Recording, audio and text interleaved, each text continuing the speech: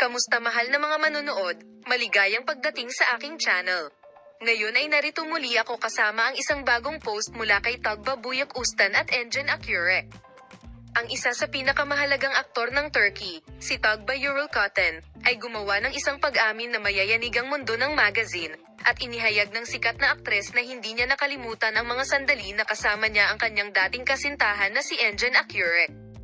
Bagamat ang taos-pusong pahayag na ito ay nakaantig sa kanyang mga tagahanga, ang punto kung saan ibinunyag ng dakilang Ustan ang kanyang damdamin tungkol sa nakaraan, na nagtataglay pa rin ng parehong lugar sa kanyang puso, ay si Tugba Buyak Ustan, na nagsabi ng mga sumusunod sa isang programa ng proyekto sa telebisyon.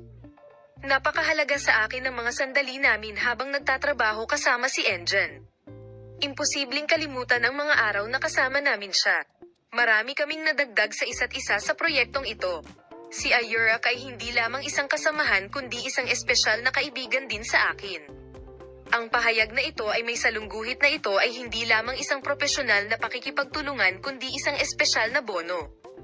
Si Tugba Buyak Ustan, na nabighani sa publiko sa kanyang kahangahangang chemistry sa screen, ay nagsabi na ang mga sandali mula sa kanyang nakaraan ay napakahalaga para sa kanya at na ang kanyang pakikipagtulungan at pakikipagkaibigan kay Engin Akyurek ay nakaapekto sa kanya.